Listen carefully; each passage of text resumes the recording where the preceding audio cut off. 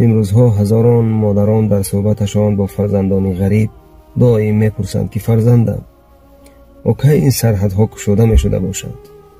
مادرم نیز در صحبت نوبتیش گفته گذشت. گفتمش آچه جان، انشاءالله همش با فضل الله، مگر سخت پزما شده اید. در چشمانش اشک حلقه زد و تبسمی کرد و گفت اندکی. گفتمش مادرم اشکی مریز، جانم به قربان تو است، جانی من قربانی آن دستان لرزان تو است.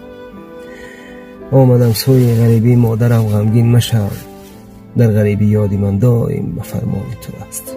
تو اگر دوری زی من مادر به دل نزدیکتری، چون که مادر این دلی من روی دستان تو است. من غریبم آچه جان، دورم از آغوش تو، این دل من تشنه آن مهر و آغوش تو است. میروم سوی تو باز مادر، پزمانم مشو، اشک شادی ریخت آن روز پزمان تو است. مادرم بخشا مرا که این شعر من انجام یافت، عشق تو انجام مباد مادر، خواب بر سر این پندمیه